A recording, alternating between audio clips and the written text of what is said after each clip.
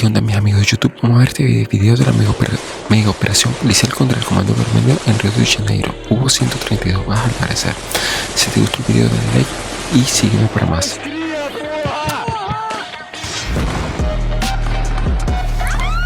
Pium, pium. El 28 de octubre de 2025, la zona norte de Río de Janeiro, Brasil, se convirtió en un campo de batalla con la Operación Condensao. No fue un enfrentamiento policial común, fue la operación de seguridad más grande y ambiciosa en la historia de Río de Janeiro y más particularmente en dos de las favelas más grandes del país. Desde la madrugada, cerca de 2.500 agentes de la policía militar, el BOPE y la policía civil sitiaron los laberínticos corazones del Comando Vermelho, el complejo do Alemão y el complejo da Peña. El objetivo, ejecutar más de 100 órdenes de arresto contra la cúpula del Comando Vermelho en un área que abarca unos 9 millones de metros cuadrados. La respuesta del Comando Vermelho, por supuesto, fue brutal y desesperada. Respondieron con una violencia extrema, barricadas en llamas, bloqueos de vías principales e incluso el uso de drones DJI estuvo potente, la para verdad, lanzar explosivos contra las fuerzas policiales brasileñas. Hasta el momento de grabar este video, las cifras más recientes estiman alrededor de 125 bajas de miembros del Comando Vermelho, una cifra brutal si consideramos que todos ellos fueron abatidos en menos de 24 horas. En este video te explicaré todo lo que debes saber sobre esta mega operación policial que definitivamente cambiará Río de Janeiro y Brasil para siempre. Te habla Jorge Rojas. Bienvenido a Armapedia.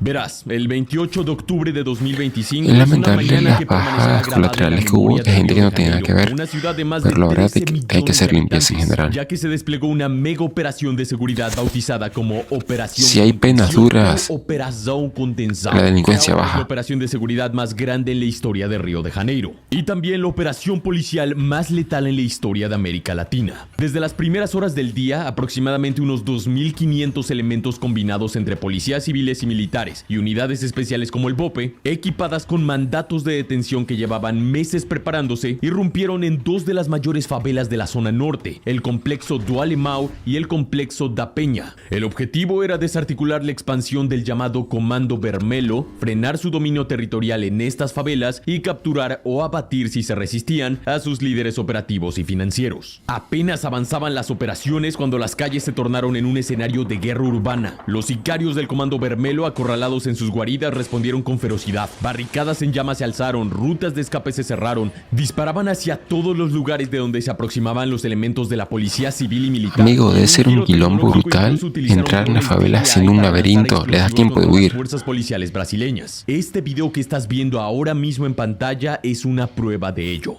En ese entorno caótico, la policía enfrentó fuego cruzado, disparos desde azoteas, pasadizos laberínticos y la clara certeza de que este no era un simple operativo. Eso ya era un Ucrania contra Rusia. La escena de más acción que hayas visto en la película Tropa de Élite se queda corta con lo que se vio realmente en la operación Contención. Y probablemente nunca sepamos hasta qué nivel, pero fue brutal y los números lo demuestran. Aunque las cifras oficiales de las primeras 15 horas del hecho marcaban unas 64 personas abatidas, las cifras actualizadas por la Defensoría Pública de Río de Janeiro confirman 132 muertes en esta mega operación contra el Comando Vermelho. Estas cifras superan con creces la masacre de Jacarezinho de 2021 que dejó 28 muertos. Ahora bien, es importante explicar que de los 132 fallecidos se estima que 125 eran integrantes del Comando Vermelho, mientras que solo 4 pertenecían a las fuerzas de seguridad brasileñas, 2 agentes de la policía civil y 2 del BOPE. Además, 3 de las víctimas habrían sido civiles. Entre los criminales muertos identificó a figuras de alto rango como Tubarão do Pirambu, un líder del Comando Vermelho originario de Fortaleza en el estado de Ceará. ¿No hubo daño colateral?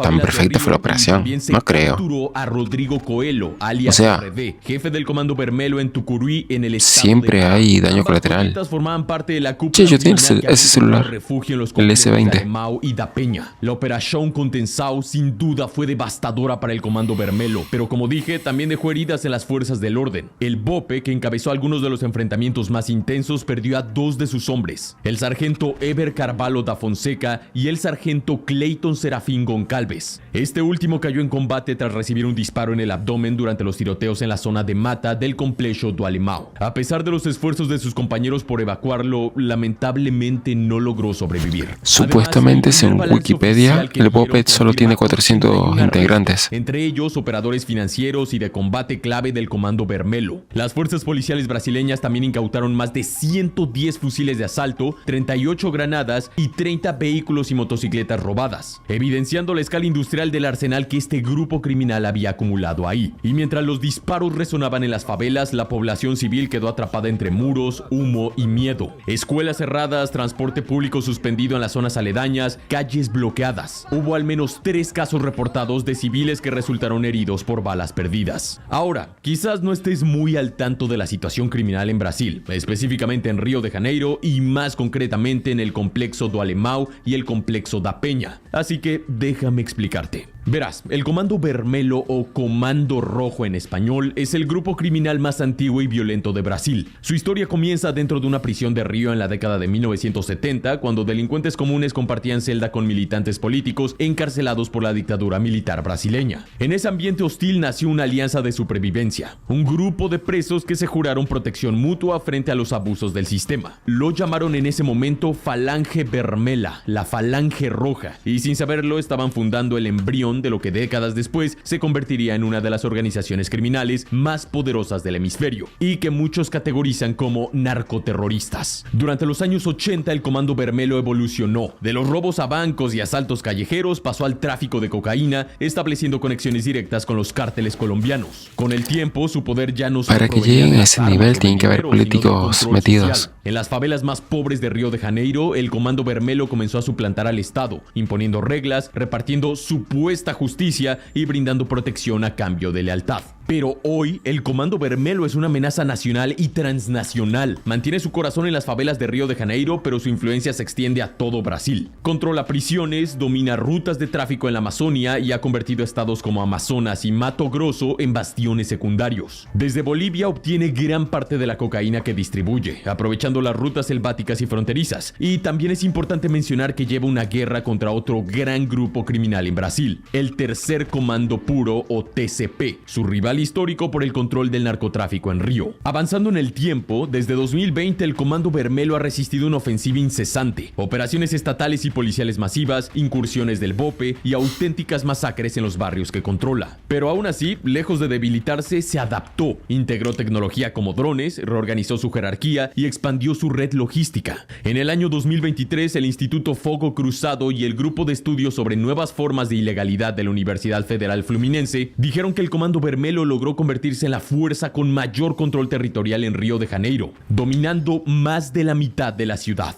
Hoy se estima que cuenta con entre 20.000 y 25.000 miembros activos, incluyendo sicarios, traficantes, soldados, informantes, cobradores y operadores financieros. No es una pandilla, es una red narcoterrorista, un cártel brasileño que funciona como un ejército urbano, con jerarquía, disciplina, inteligencia financiera y control social. Y sus principales bastiones, los complejos de Alemão y da Peña, no son simples favelas, son fortalezas laberínticas, auténticas ciudades dentro de la ciudad, levantadas sobre colinas imposibles, donde las calles serpentean como trincheras y cada azotea puede transformarse en un punto de ataque. Y verás, el complexo do Alemão y el complexo da Peña son literalmente la super autopista logística del Comando Vermelho. Porque mira este mapa, ambos están ubicados en una posición estratégica entre las 2 arterias principales de Río de Janeiro, la Avenida Brasil y la Línea Vermelha. Los corredores viales que comunican el puerto, el aeropuerto internacional y toda la zona norte de la ciudad. Así que quien domina Alemão y Peña controla el flujo de drogas, armas y dinero que se mueva hacia el resto de Río. En otras palabras, controla el sistema circulatorio del crimen organizado en la metrópoli. En estas 2 megafavelas, líderes del Comando Vermelho como Doca o Pedro Bala dictan órdenes, administran las bocas de fumo, o sea, puntos de distribución, coordinan operaciones y cuando lo consideran necesario, autorizan ejecuciones. Desde allí se decide qué favela resiste, cuál se expande y quién vive o muere. Pero hay algo aún más inquietante. Estos complejos o favelas funcionan también como una embajada criminal, un territorio protegido donde se refugian y negocian delincuentes de otras regiones de Brasil. De hecho, durante esta mega operación, al menos de los 81 criminales del Comando Vermelho eran provenientes de estados como Pará y Ceará, que habían buscado santuario en el corazón de Alemão. Por eso, atacar a Alemão y Peña no fue simplemente una redada antidrogas, fue un intento de decapitar la cúpula del Comando Vermelho, de romper su centro neurálgico, su cerebro logístico y financiero. Ahora déjame hablarte un poco en términos tácticos sobre la brillante estrategia que permitió dar de baja a tantos miembros del Comando Vermelho. En esta mega operación participaron 6 fuerzas de seguridad del estado de Río de Janeiro. Y me sorprende que haya oficiales sin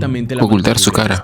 BOPE, Batalhão de Operação Policiais Especiais. En el mapa se identifica como el Muro do BOPE. Literal, casi todos están sin ocultar la cara. Principal de avance. Este muro fue crucial para eliminar a los traficantes que en otras ocasiones lograban escapar por los senderos forestales de la favela ante el avance de las demás unidades. Esta vez el BOPE tomó la parte más alta de la montaña que divide las comunidades. Desde allí, los agentes del BOPE formaron un verdadero muro humano, empujando a los delincuentes hacia zonas sin salida y cerrando su principal ruta de fuga. Una maniobra impecable que demostró un nivel de coordinación táctica superior. Luego tenemos al RECOM, Rondas Especiais e Control de Multitudes, unidad táctica de la Policía Militar de Río de Janeiro especializada en el control de disturbios, incursiones rápidas y enfrentamientos directos en zonas de alto riesgo. Ellos actuaron como la fuerza de choque secundaria, consolidando posiciones tras el avance del BOPE. Luego está el Choque, el Batalhão de la Policía de Choque. También perteneciente a la Policía Militar, esta unidad intervino en operaciones de control urbano y apoyo directo al BOPE en combates dentro de las áreas más densas del complejo. Su incursión, señalada como Incursão Choque en el mapa, se dirigió hacia el sector de Olaria, bloqueando accesos estratégicos y puntos de apoyo del Comando Vermelho. Luego está el PCERJ, o la Policía Civil del Estado de Río de Janeiro. Ellos fueron responsables del apoyo táctico e investigativo dentro del operativo. En el mapa aparecen como Incursão PCERJ y avanzaron desde el norte hacia el centro del complejo, protagonizando intensos enfrentamientos con miembros del Comando Vermelho. Luego está el 4º Batalhão de Policía Militar, desplegado para contención perimetral y aseguramiento de sectores urbanos. Estableció su propia línea de bloqueo en otra zona crítica. Yo estoy seguro que hubo alguna filtración. Cualquier repliegue enemigo. Y por último tenemos al 3º Batalhão de Policía Militar, el cual operó en el flanco opuesto, garantizando el cierre de rutas de fuga, la seguridad logística y el traslado de refuerzos y equipos durante las fases más intensas de la operación. Ahora bien, lo que diferencia también fueron a la guerra, literal, de otras es la respuesta del Comando Vermelho. Fueron a la guerra, pero estoy seguro que hubo una declaración de guerra. Algún acto de corrupción. Claudio Castro lo ha definido perfectamente. Esto no es crimen común, es narcoterrorismo. El Comando Vermelho lleva empleando durante años tácticas de guerra asimétrica. Esta no es la primera vez que vemos que están usando drones comerciales, probablemente DJI, modificados para lanzar explosivos sobre los equipos de fuerzas especiales y de policías militares. Además, y sí, boludo, tienen drones explosivos. Barricadas en la Avenida Brasil y la Línea Amarela para paralizar la ciudad de Río. Esto se asemeja muchísimo a lo que vimos en Sinaloa, México, durante el infame Culiacanazo en 2019, donde el cártel de Sinaloa, en aquel momento unificado, movilizó cientos de sicarios para tomar literalmente la ciudad de Culiacán durante horas y lograr la liberación de Ovidio Guzmán, alias El Ratón, hijo del Chapo Guzmán y un antiguo líder de la facción de los Chapitos. Y también dejar en claro que la Policía Militar y la Policía Civil de Río no se enfrentó a delincuentes con pistolas. Combatieron contra una infantería ligera bien armada. Solo en las primeras horas se incautó un arsenal que incluía lo siguiente: 9 fusiles AR-15, 4 fusiles AR-10, 2 fusiles FAL, un fusil PTR-91, un fusil HK-G416, un fusil tipo 56-2, un fusil Zastava M70AB2 y una carabina Beretta RX-4 Storm. Con las elecciones presidenciales en Brasil a solo un año de realizarse, esta mega operación se ha politizado intensamente. Por un lado, el gobernador del estado de Río de Janeiro, Claudio Castro, cercano a la derecha política brasileña, afirmó que el éxito de la operación fue resultado del trabajo de las fuerzas de seguridad estatales y subrayó que en ningún momento recibieron apoyo apoyo federal del gobierno de Luis Inácio Lula da Silva. Sin embargo, el gobierno del presidente Luis Inácio Lula da Silva sostiene que tanto el Comando Vermelho como el PCC son organizaciones criminales, pero no terroristas, ya que sus delitos no tienen motivaciones religiosas ni basadas en el odio. Además, el ejecutivo brasileño advierte que catalogar estas facciones como grupos terroristas podría afectar gravemente la posición internacional de Brasil al ser percibido como un país que alberga terrorismo, lo cual, claro, acarrearía sanciones financieras, daños al turismo y bloquearía acuerdos internacionales. Capo. Sin embargo, lo que Lula da Silva y su administración Tenés que atacar con todo. parecen ignorar es que el Comando Vermelho sí ejerce un poder Son narcoterrorista. terroristas, No gente por que ya motivos mete el terror religiosos a o cualquier raciales, sino por su población. control Ya es violento y terrorista. casi absoluto sobre No amplias importa zonas que no de la sea favela por del religión Río. o lo que sea.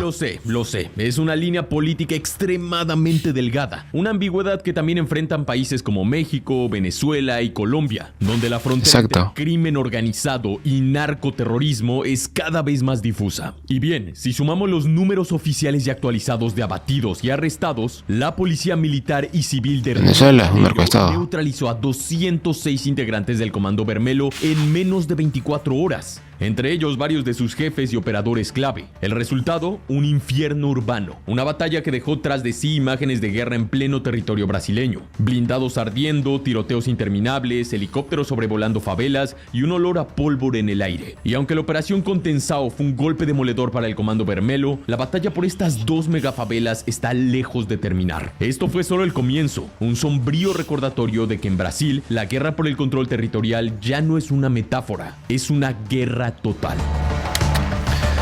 Nada, ojalá que las cárceles estén diseñadas actualmente bien para que no sigan mandando desde prisión, porque si no es medio el pedo. Pero bueno, nada, si te gustó el video dale like y sígueme para más. En serio, sígueme para más.